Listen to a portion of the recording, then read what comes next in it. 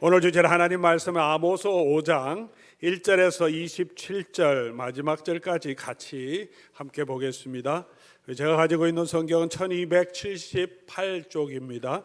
여러분 성경 가지고 계신 분, 아직도 여러분 성경을 눈으로 읽을 수 있으시는 분, 이렇게 우리 같이 성경 직접 찾아서 여러분 한번 말씀 다시 보시고요. 힘드신 분은 또 앞에 PPT를 같이 보셔도 좋겠습니다.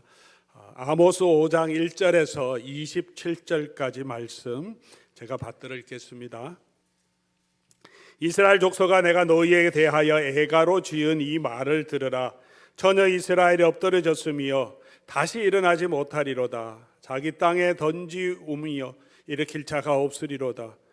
주 여호와께서 이와 같이 말씀하시되 이스라엘 중에서 1000명이 행군해 나가던 성읍에는 100명만 남고 100명이 행군해 나가던 성읍에는 10명만 남으리라 하셨느니라. 여호와께서 이스라엘 족속에게 이와 같이 말씀하시기를 너희는 나를 찾으라. 그리하면 살리라. 베델을 찾지 말며 길갈로 들어가지 말며 보엘세바로도 나아가지 말라. 길갈은 반드시 잡히겠고 베델은 비참하게 될 것임이라 하셨나니 너희는 여호와를 찾으라. 그리하면 살리라. 그렇지 않으면 그가 불같이 요셉의 집에 임하여 멸하시리니 베델에서 그 불들을 끌 자가 없으리라. 정의를 쓴쑥으로 바꾸며 공의를 땅에 던지는 자들아, 묘성과 삼성을 만드시며 사망의 그늘을 아침으로 바꾸시고 낮을 어두운 밤으로 바꾸시며 바닷물을 불러 지면에 쏟으시는 이를 찾아라. 그의 이름은 여호와시니라. 그가 강한 자에게 갑자기 패망이 이르게 하신즉 그 패망이 산성에 미치느니라. 무리가 성문에서 책망하는 자를 미워하며 정직히 말하는 자를 싫어하는도다. 너희가 힘없는 자를 밟고 그에게 밀의 부당한 세를 거두었은즉 너희가 비록 다듬은 돌로 집을 건축하였으나 거기 거주하지 못할 것이요 아름다운 포도원을 가꾸었으나 그 포도주를 마시지 못하리라. 너희의 허물이 많고 죄악이 무서움을 내가 아노라. 너희는 의인을 학대하며 뇌물을 받고 성문에서 가난한 자를 억울하게 하는 자로다. 그러므로 이런 때에 지혜자가 잠잠하나니 이는 악한 때임이니라. 너희는 살려면 선을 구하고 악을 구하지 말지어다. 만군의 하나님 여호와께서 너희의 말과 같이 너희와 함께 하시리라. 너희는 악을 미워하고 선을 사랑하며 성문에서 정의를 세울지어다. 만군의 하나님 여호와께서 혹시 요셉의 남은 자를 불쌍히 여기시리라. 그러므로 주 만군의 하나님 여호와께서 이와 같이 말씀하시기를 사람이 모든 광장에서 울겠고 모든 거리에서 슬프도다 슬프도다 하겠으며 농부를 불러다가 애곡하게 하며 울음꾼을 불러다가 울게 할 것이며 모든 포도원에서도 울리니 이는 내가 너희 가운데로 지나갈 것임이라. 여호와의 말씀이니라. 화 있을진저 여호와의 날을 사모하는 자여, 너희가 어찌하여 여호와의 날을 사모하느냐. 그날은 어두움이요 빛이 아니라 마치 사람이 사자를 피하다가 곰을 만나거나 혹은 집에 들어가서 손을 벽에 대었다가 뱀에게 몰림 같도다. 여호와의 날은 빛없는 어둠이 아니며 빛남 없는 캄캄함이 아니냐. 내가 너희 절기들을 미워하여 멸시하며 너희 성회들을 기뻐하지 아니하나니 너희가 내게 번제나 소제를 드릴지라도 내가 받지 아니할 것이요 너희의 살진 희생의 화목제도 내가 돌아보지 아니하리라. 내 노래 소리를 내 앞에서 거칠지어다. 내 비파 소리도 내게 듣지 아니하리라. 오직 정의를 물같이 공의를 바르지 않는 강같이 흐르게 할지어다. 이스라엘 족속아, 너희가 40년 동안 광야에서 희생과 소제물을 내게 드렸느냐. 너희가 너희 왕식국과 기운과 너희 우상들과 너희가 너희를 위하여 만든 신들의 별 형상을 가지고 가리라. 내가 너희를 다메섹 밖으로 사로잡혀 가게 하리니 그 이름이 만군의 하나님이라 불리우는 여호와께서 말씀하시느니라. 아멘. 혹시 여러분 영화를 좋아하시는 분이 계신지 모르겠습니다만은 요즘은 글래디에이터 2 검투사죠. 2가 나와서 화제가 되고 있습니다. 저도 아직 글래디에이터 2를 보지는 못했지만, 그리고 그렇게 영화를 아주 매니아가 될 정도로 좋아하는 사람은 아니지만 저는 이제 서양사를 전공했기 때문에 특별히 로마 시대가 나오는 그런 영화들을 좋아합니다. 그래서 글래디에이터 1 처음 나왔던 것은 제가 좋아하는 영화 중에 하나입니다. 그 영화 안 보신 분은 지금 무슨 소리 하나 그런 생각을 하실 텐데요. 이 영화는 아주 로마 시대 아주 가장 황금기라고 하는 그 시대를 배경으로 만들었는데, 이 글래디에이터 1의 가장 압도적인 장면은 초반부입니다. 로마군과 게르만군이 전쟁하는 전쟁 씬으로 시작하는데, 제가 또 서양사를 공부하고 잘 아니까 너무나 잘 만들었어요. CG도 거의 많이 사용 안 하고 아주 스펙터클하게 잘 찍었고요. 역사적으로 그 시대 상황, 그 무기, 그 군대가 배치하는 모습들을 너무나 잘 실증적으로 만들어내서, 와, 정말 처음 볼 때는 정말 어떻게 저렇게 잘 만들어낼 수 있느냐 할 정도로 역사적인 고정을 잘 거쳐서 만들어내서 참 굉장한 감동이 있었던 걸 기억합니다. 영화 전체 스토리도 감동이 있지만, 잘 모르는 분들을 위해서 잠깐 요약하면, 이 영화는 나이 많은 황제가 이제 자기 왕위를 이제 물려주려고 하는데 자기 아들이 너무 망난이에요. 이게 물려주지 못하겠다, 나라 말아먹겠다. 그래서 자기 신실한 장군 맥시무스라고 하는 그 사령관에게 그를 이제 양자로 삼고 그에게 왕위를 물려주려고 하는데, 이 아들이 알았어요. 그럼 어떻게 하겠습니까? 아버지를 죽여요. 그리고 이 맥시무스라는 장군도 죽여야 되겠죠. 그래서 죽이려고 하는데 겨우 생명을 구했는데, 그래서 부상당한 몸으로 자기 집에 가는데 이미 군대를 보내서 아내를 유린하여 죽이고 아들도 매달아서 죽입니다. 집도 다 불태워버리고. 그래서 이 사람은 겨우겨우 거의 죽을 지경이었는데 노예 상인들에게 발견돼서 치료를 받아서 북아프리카로 걸려가서 노예로 검투사의 생활을 새롭게 시작하는 로마 장군에서, 근데 그 사람이 이제 검투사로 유명해져서 다시 로마 돌아와서 황제에게 복수한다, 뭐 그런 스토리입니다. 이런 스토리를 보면 뭐 뻔한 이야기이긴 하지만 그래도 마음의 감정이익이 됩니다. 마지막에 그 황제를 죽이고 자기도 죽게 되는데 마지막 감동이 있죠. 왜냐하면 보통 우리가 부당한 권력에 희생당하고 불의한 권력자들에게 억압당하는 그런 일들이 우리 가운데 많이 있기 때문에 그렇습니다. 우리가 경험할 수 있고 또 우리 주변에도 일어나는, 우리 역사에도 있었던 일이기 때문에 함께 울분을 토하고, 저놈은 마지막에 죽어야 되는데 안 죽을 때 막 그냥 손에 땀을 쥐게 하고 마지막으로 처단될 때 같은 희열을 느끼게 됩니다. 우리의 삶에 그런 부당하고 불의한 일들이 참 이 세상에도 많습니다. 뭐 다른 나라를 보지 않더라도 우리 한국 역사 가운데도 그런 불의한 일, 가난하고 연약한 사람들이 고난당한 그런 일들은 정말 눈물겹게 너무너무 많습니다. 한국에만 일어나는 일이 아니라 모든 나라에 다 그렇습니다. 미국에서도 그런 일들이 있었고, 노예들의 비참한 상황들, 흑인 노예들의 그 이야기를 다 읽어보면, 아메리칸 원주민들의 이야기를 읽어보면 너무너무 가슴 아픈 일들, 어떻게 이렇게 할 수 있느냐 할 정도로 힘이 없는 사람들, 또 가난한 사람들이 그런 압박을 겪고 살았습니다. 오늘 이 시대에도 그렇게, 요즘 한국에서는 갑질이라는 단어를 많이 사용합니다. 갑질을 하는 사람들이 참 많이 있습니다. 당하고 있습니다. 억울하고 힘든 그런 사람들이 많습니다. 그런 시대, 또 그런 세상 나라에 우리가 살고 있지만, 오늘 성경을 보면 하나님은, 하나님의 나라는 그렇지 말아야 한다고 말하고 있습니다. 이스라엘은 그렇지 말아야 한다. 너희가 혹시 왕을 세우면 그 왕을 세우는 조건을 이미 율법에 기록하고 있습니다. 너희가 왕을 세우지 마라. 하나님이 왕이시니까 그 하나님 율법 아래서 서로 공동체로 잘 살아야 되는데, 혹시 왕을 세우면 이렇게 해라. 이방 나라처럼 왕이 절대 군주로 서지 말고, 말을 많이 두지 말고, 아내 많이 두지 말고, 자기 궁궐 짓는데 힘쓰지 말고, 하나님의 종으로서 하나님의 백성들이 하나님을 잘 섬길 수 있도록 하나님의 청지기로, 목자로 그렇게 너네가 왕을 세우고 그렇게 왕은 다스려라 라고 말했습니다. 이스라엘 백성들 가운데도 가난하고 헐벗은 사람을 늘 돌아보라고 율법에 명시되어 있습니다.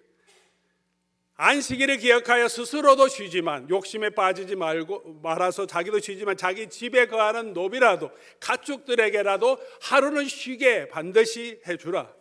희년이 되면 경제적으로 불평등 가운데에서 가난한 사람들을 다시 회복할 수 있는 기회를 다 줘라.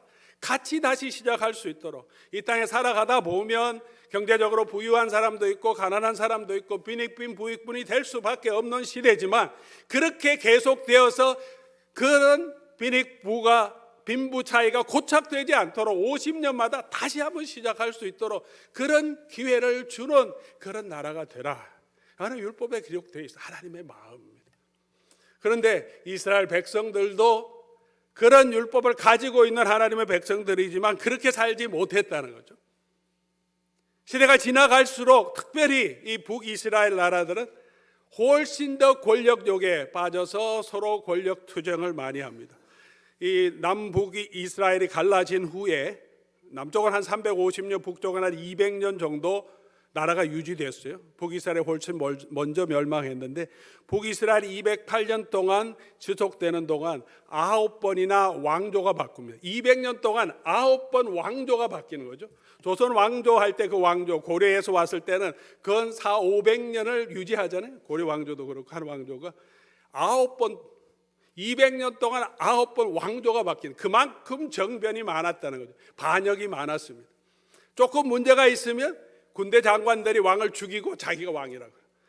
두 군대 장관이 서로 싸워서 권력을 차지합니다. 그리고 19명의 왕이 다스립니다. 200년 동안 19명. 한 사람이 채 10년도 못 다뤘어요. 그 중에 좀 길게 다스린 분이 있으니까 어떤 사람은 3년, 2년, 어떤 사람은 몇 개월 다스리는 왕도 있습니다. 이런 정변이 왜 일어납니까? 권력을 잡기 위해서. 왜 권력을 잡으려고 합니까? 그 권력에 따른 모든 부호, 그런 것들을 누리기 위해서. 그것과 함께 혼자 일하는 게 아니죠. 그 주위에 같은 군대를 이끌어가는 군대의 부사관들, 함께 권력을 잡고 있는 사람들이 같이 그 권력을 누리고 즐기기 위해서. 그럼 권력을 잡으면 어떻게 하겠습니까? 자기 부를 챙기려고 하겠죠. 그런 사회의 정의와 공의가 완전히 무너져서 가난한 사람을 압제하고 탈취하고 학대하는 일이 너무 많아서 하나님께서는 아모스를 보내서 그 문제를 오늘 아모스를 통해서 지적하고 있습니다. 호세아서와 아모스는 동시대에, 거의 동시에 같은 동년배로 함께 사역했던 두 선지자입니다. 둘 다 북이스라엘 여로보암 2세 때 경제적으로는 가장 풍요한 시기에 그 나라에서 활동했는데, 호세아는 주로 영적인 타락, 우상 숭배에 대한 죄를 지적하면서 그 사람들이 하나님께로 돌아오기를 선포했고, 아모스는 중요하게 생각하는 사회 정의, 무너진 사회 정의, 도덕에 무너진 것을 집중적으로 지적하면서 그것을부터 하나님께로 돌아오도록 선포한 선지자입니다. 우리에겐 호세아서도 필요하고 아모스도 필요합니다. 우리는 영혼은 우리의 영적으로 하나님께 돌이키는 것도 필요하고, 우리 일상적인 삶에 있어서 하나님이 원하시는 정의와 공의를 회복하는 것도 우리가 신경 써야 되고, 하나님이 우리에게 원하시는 것이라는 것을 오늘 본문을 통해서 알 수 있습니다. 아모스 전체를 우리가 함께 지금 묵상해 가고 있는데, 매일 성경 오늘 본문은 아니지만 오늘 5장이 특별히 24절이 아모스의 주제입니다. 핵심 주제, 가장 중요하게 생각하는 것입니다. 우리 24절 한번 같이 우리 한 목소리로 다시 한번 읽어보겠습니다.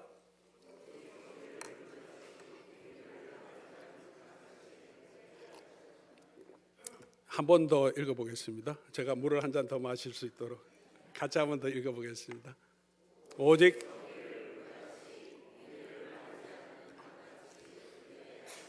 성경을 많이 읽어보신 분은 아마 이 내용을 아마 들어보셨을 것이고, 그리고 이 내용을 잘 아실 것입니다. 오늘 아모스 5장 24절에 있는 내용이고, 아모스를 통해서 하나님께서 이스라엘 백성에게 말씀하시는, 아모스를 압축해서 한마디로 요약하면 바로 이 말씀입니다.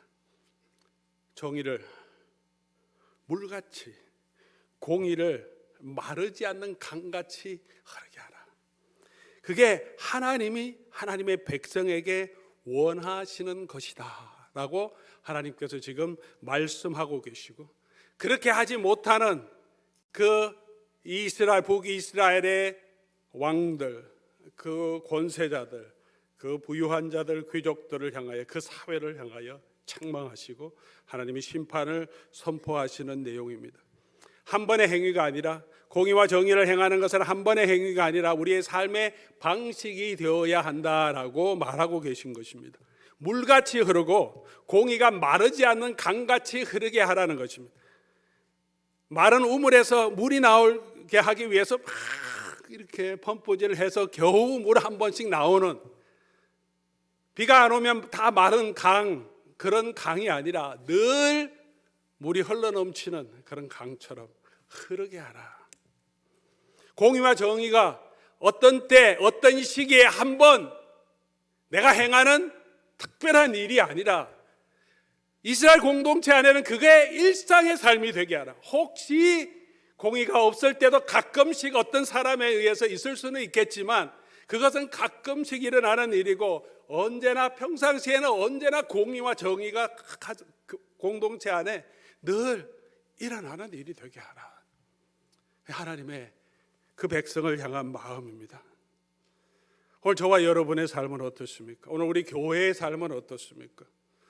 우리는 하나님의 정의와 하나님의 공의가 우리 가운데 물같이 강같이 흐르게 그렇게 살아가고 있습니까? 하나님은 의식적인 예배보다 공의와 정의가 있는 삶을 더 원하신다고 말하고 있습니다. 21절 말씀 보면 내가 너희 절기를 미워하고 멸시하며 너희 성회들을 기뻐하지 아니하겠다. 22절 너희는 내게 번제나 소를 드릴지라도 내가 받지 아니할 것이고 살진 희생을 화목제로 내게 드려도 내가 돌보지 않겠다. 우리 표현 말씀을 보십시오. 얼마나 강하고 단호하게 주께서 말씀하십니까? 미워하고 멸시하고 기뻐하지 아니한다. 하나님 앞에 예배 드리면 그것도 기뻐하지만 너 삶도 좀 이렇게 좀 잘 되면 좋겠다, 그렇게 하시는 것이 아니고, 삶이 없는, 공의와 정의가 없는 삶 가운데서 드리는 예배, 드리는 제물은 하나님은 미워하신다, 싫어하신다, 그렇게 말씀하고 있습니다. 이 말을 조금 바꾸어서 우리 조금 현실적으로 우리의 입장으로 우리 한번 조금 바꾸어서 한번 표현해 보면, 어떻게 해서든지 돈을 많이 벌어서 정확하게 10의 1조를 다 드리고, 어떤 사람은 뭐 좀 다 드리지 못하고 자기 사업 수입에 정확하게 10의 1조를 드리고, 어떤 분은 10의 2조를 큰 헌금을 수십만 불 하나님께 드리더라도 하나님은 그것을 가정스럽게 생각하시고 기뻐하지 않을 수도 있다는 것입니다. 너희 삶에서 그 돈을 버는 데 있어서 공의와 정의를 행하지 않고 벌었던 돈이라면, 너의 삶에 있어서 공의와 정의가 없이 벌었던 재물을 가지고 하나님이 내게 축복해 주셨다고 많은 돈을 드린다고 하나님이 그거 기뻐하고 하나님 복이 너에게 있겠습니다 라고 그렇게 말하지 않으신다는 거죠. 사람들은 그렇게 생각하고 목사는 그렇게 말할 수 있겠지만 하나님은 그런 모든 재물들은 기뻐하지 않으시고, 우리의 삶 가운데서 공의와 정의를 가지고 행한 그 정직한 재물들을 하나님은 기뻐하시고 그것이 하나님 복되다 하시겠다, 그렇게 말씀하시는 거죠. 높은 지위에 올라가는 것이 하나님의 축복이 아니라 그 지위에 올라갈 때까지 공의와 정의를 가지고 살아가는, 그 지위에 있으면서 정말 공의롭게 정의롭게 자기 권력을 행사하고 자기 직분을 행하느냐를 따라서 하나님 그것을 기뻐하시는 거지, 권력이 많다고 힘이 많다고 그것이 하나님의 축복이 아니다, 오히려 미워하고 가증하게 행한다, 그 말씀을 지금 하고 계신 것입니다. 사랑하는 교회 여러분, 오늘 우리가 하나님을 예배하고 하나님께 예물을 드린다고 하면서 우리의 삶 가운데 있어야 할 하나님이 그토록 원하시는 공의와 정의에 대해서 우리는 얼마나 관심을 가지고 있고 그 하나님의 뜻을 알고 이루려고 우리가 하고 있습니까?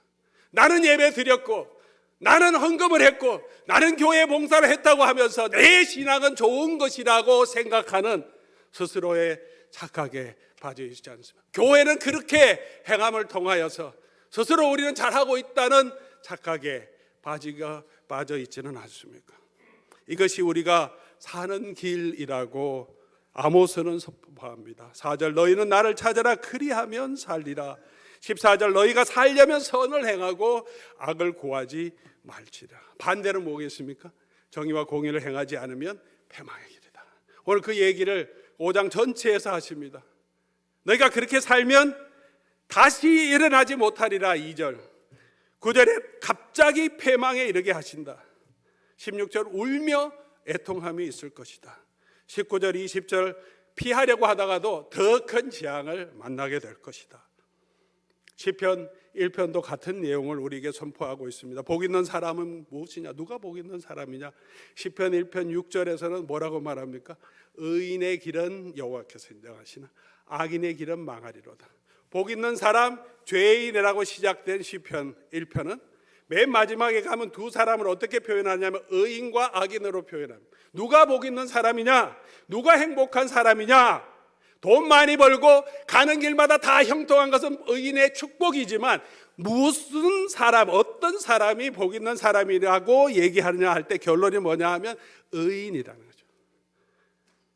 행복한 사람은 의인은 여호와께서 인정하시나 죄인의 길에 서지 아니하고 악인의 길에 빠지지 않고 오만한 마음을 가지고 하나님 없다 하지 않고 하나님의 법대로 하나님의 뜻을 알고 하나님의 일을 따라 행하는 사람, 그런 의를 행하는 사람이 행복한 사람, 그 사람이 복을 받는 사람이라고 말씀해 주고 있고, 이 찬송을 통해서 이스라엘 백성들이 하나님의 뜻을 기억하도록 시편 1편에 모두가 기억하고 가장 많이 부르는 시편 1편에 하나님의 뜻을 세워주신 것입니다.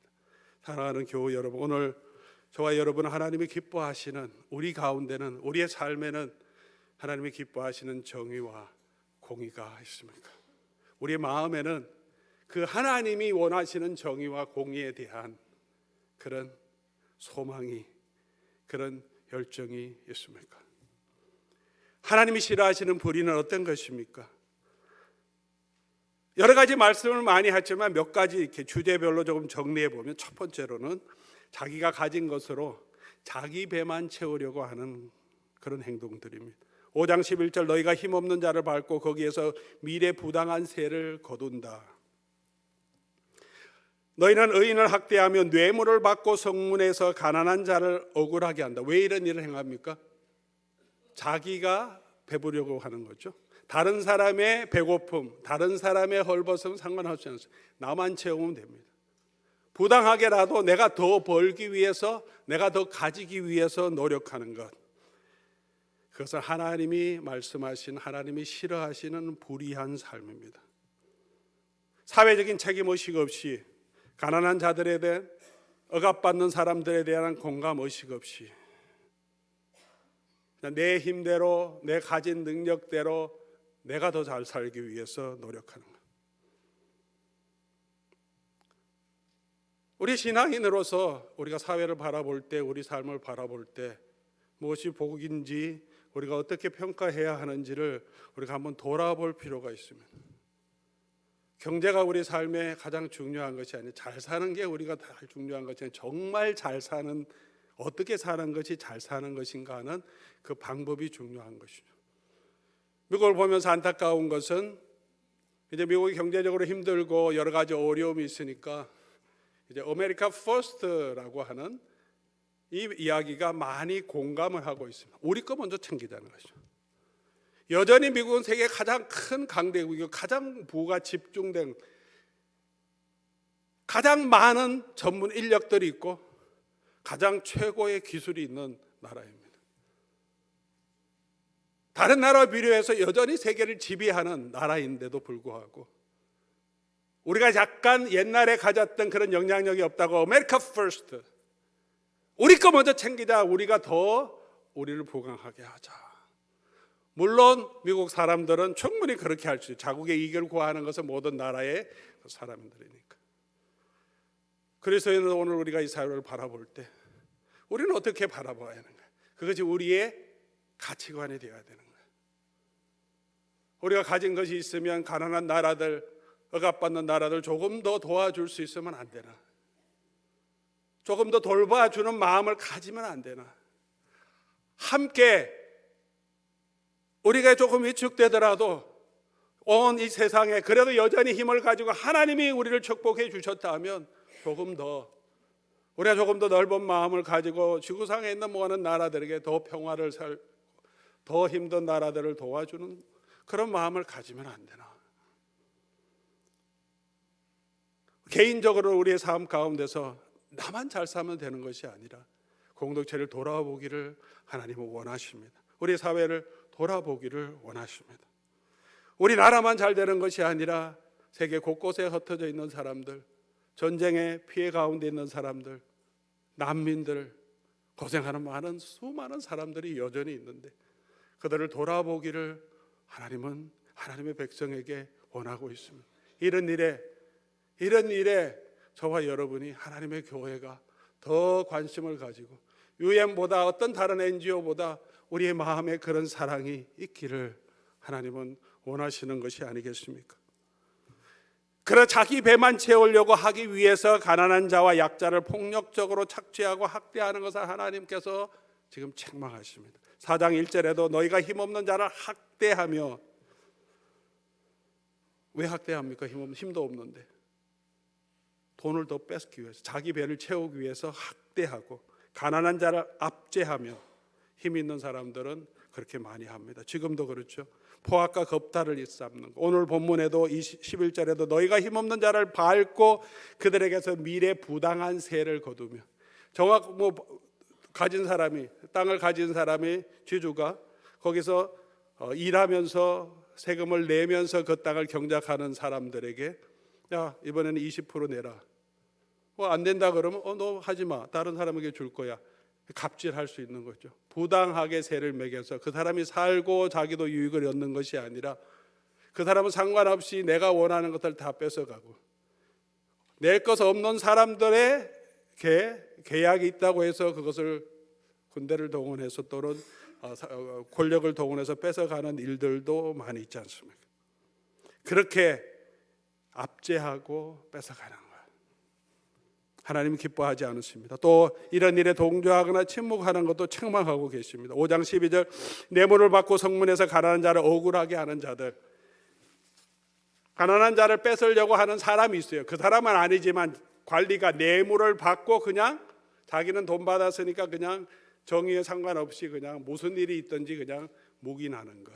13절에 보면 그러므로 이런 때에 지혜자가 잠잠하니 이는 악한 때문이라. 지혜롭다고 하는 사람이 이런 때에 잠잠하니 악한 때문에, 자기의 유익이 없을 것 같아서, 손해가 될 것 같아서 그냥 불의를 보고도 그냥 침묵하는 것.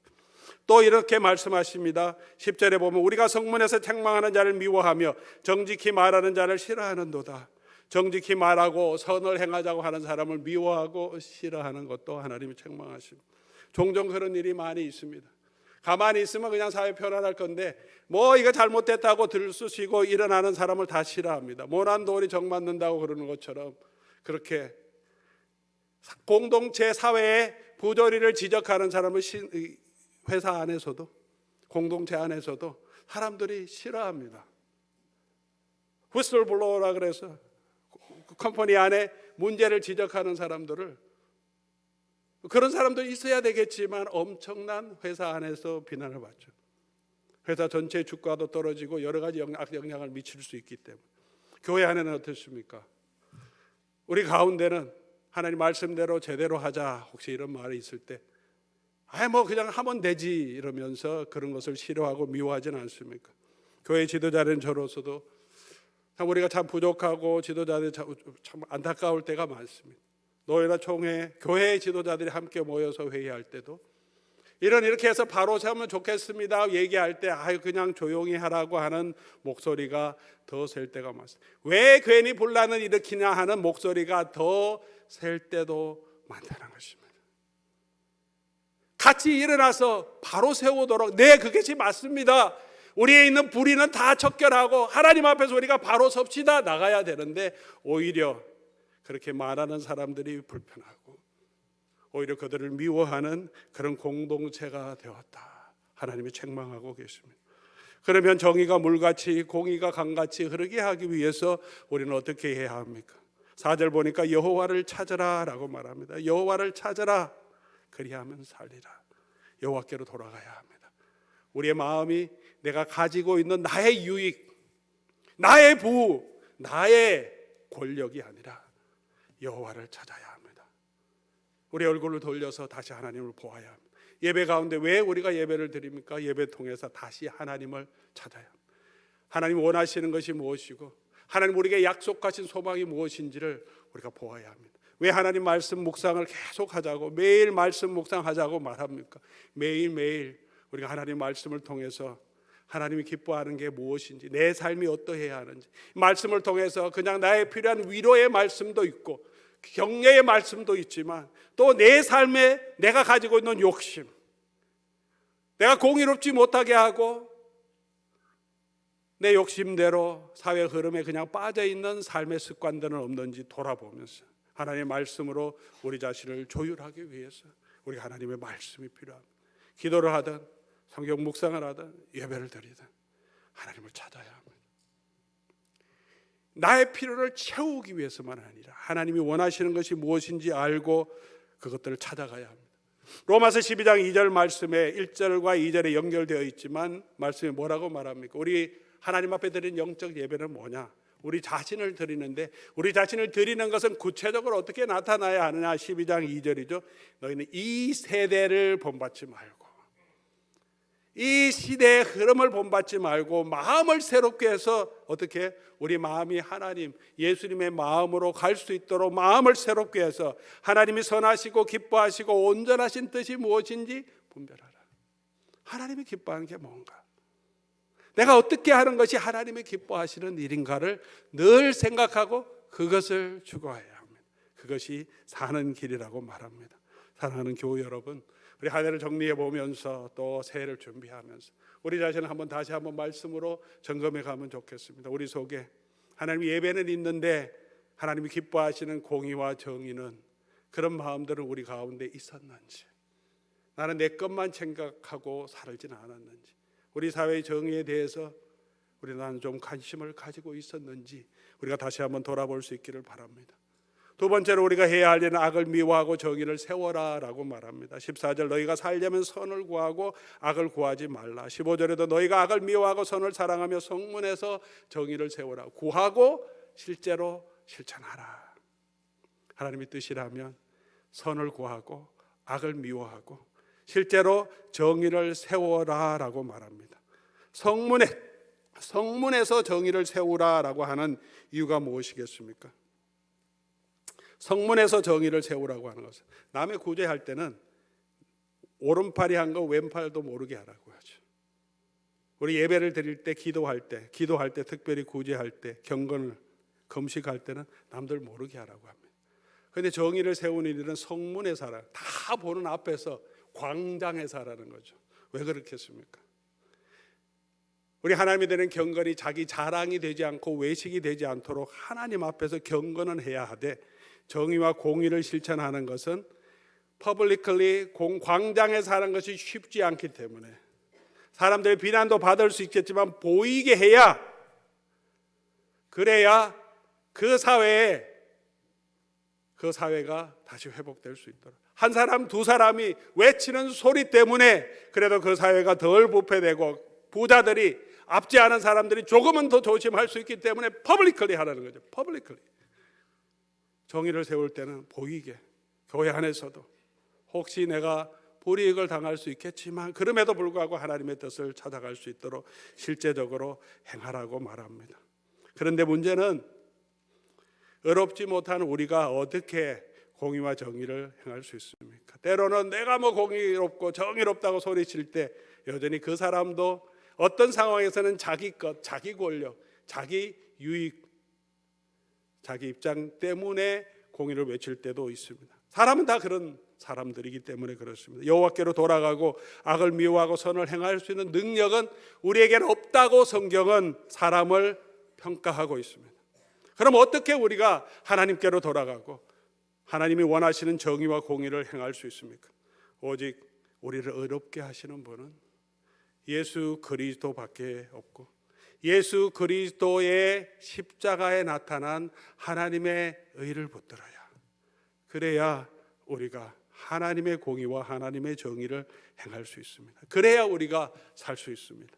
로마서 1장 17절에 복음에는 하나님의 의가 나타나서, righteousness, 하나님의 공의가 어디서 나타나냐? 복음이 뭡니까? 예수 그리스도께서 십자가에서 우리를 대신하여 내어주신 것, 그것을 믿는 것, 그것이 우리를 의롭게 하는 것이 복음입니다. 이 복음의 십자가의 하나님의 의는 십자가에서 나타났습니다. 죄를 단순히 심판하시는 것으로 끝나는 것이 하나님의 의가 아니거죠.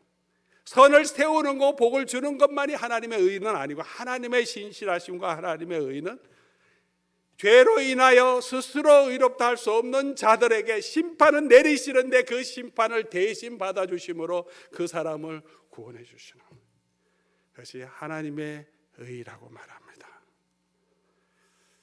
우리가 추구해야 될 그 의는